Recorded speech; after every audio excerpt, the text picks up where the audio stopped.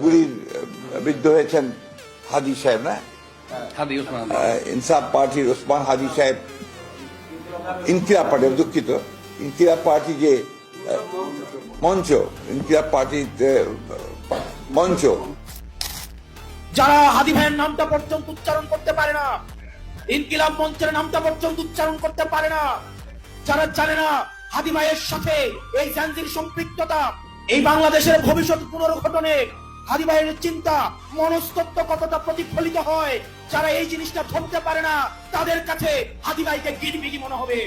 হাদিকে আমার কাছে এই মুহূর্তে একটা বেশ গুরুত্বপূর্ণ গিনিপিগ ছাড়া আর কিছুই মনে হয় নাই। আমার ভাই হাদিকে বিএনপির এক নেত্রী বলছেন হাদি নাকি গিনিপিগ, হাদি নাকি তেলাপোকার মতো। এই ফ্যাসিস্টদের যে তারস্বর, ফ্যাসিস্টদের যে আবয়ব, ফ্যাসিস্টদের যে চরিত্র, এই চরিত্রের সাথে নিরুফাদের প্রকাশ, ভাবভঙ্গি, বিএনপির এই নেত্রীদের ভাবভঙ্গিতে এখন ফুটে উঠছে।